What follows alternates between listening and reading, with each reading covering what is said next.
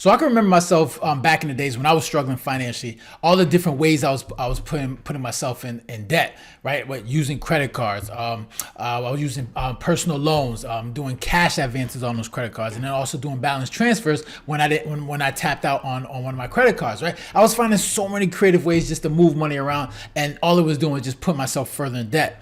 But eventually, like I said, you tap out, you don't have any money left, and then you find other ways, and then eventually it gets to the point where you just don't have any money left, and then you get sent to collections, and you're broke, right? So when I came across this article on the CNBC, right, and the title was what workers are paying to get part of their paychecks early. It's payday lending on steroids, one expert says. So I'm like, okay, what new form of debt? What new way are people finding themselves getting in debt? And it's called earned wage access. And I'm learning based on this article, it's not something new. It's been out for a little bit, but it's the first time I've ever heard this earned wage access. And let me tell me if you've heard this before. But this is the first thing I've ever heard of it. But it's also like payday lending on steroids. So it's the same concept. So as I'm reading this article, and I'm like, all right, so this is just a new way. Other people are finding ways to get in debt. And what's the reason, right? Because obviously when it comes to people's finances, they have a cash flow problem, right?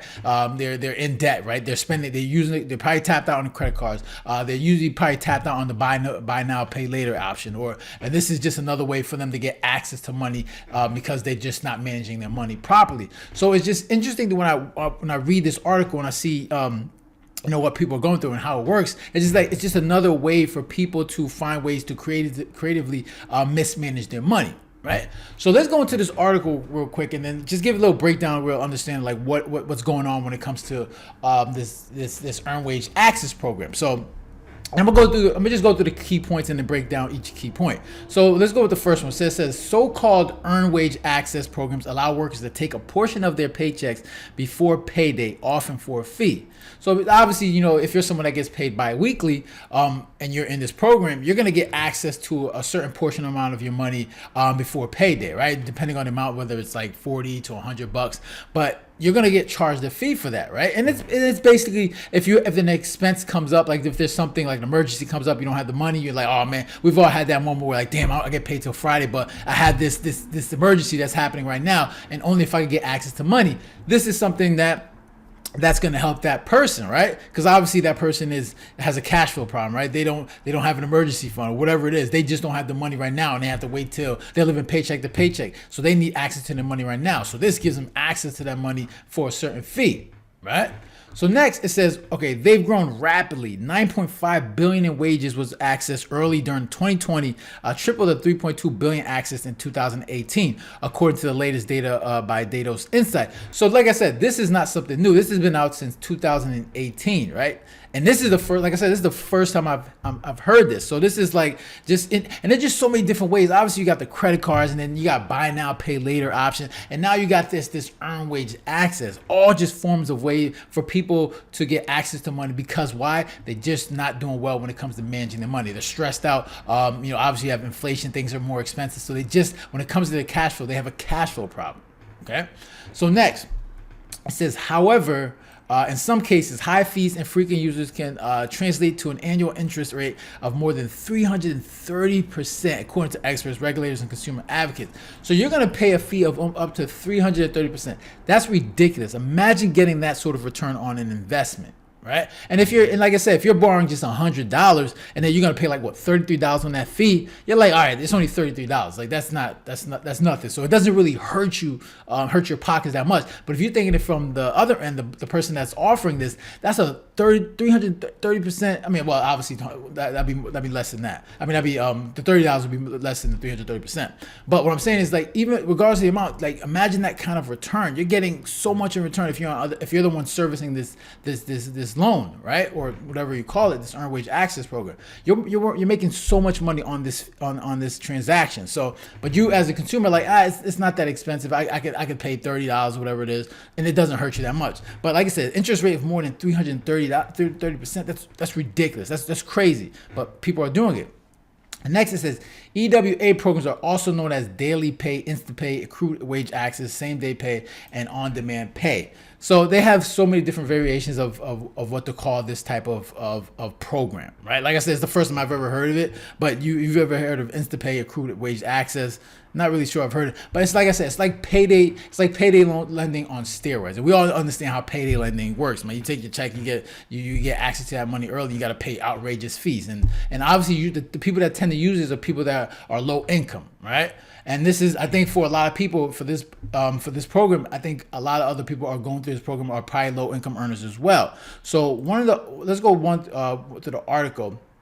Like I said, it's not nothing new. So it says such programs aren't new, right? So fintech companies debuted the earliest iterations more than 15 years ago, but businesses had boomed in recent years, accelerated by household financial burdens imposed by COVID-19 pandemic and high inflation, experts say. So like I said, business has boomed recently. So it's been out 15, for a while now, but because since COVID, when it comes to people's finance, people are getting tapped out. People are using the credit card. People are using buy now, pay later. People are using so many different ways to spend money, especially because inflation, things are more expensive. And if you're not managing your money properly, inflation is just going to make that problem even worse. So these are different ways to make people's financial situations and their debt burdens even worse. So if you're someone that's not managing your money properly, these are just outs to make that situation even worse until it gets to a point where you just tap out, right?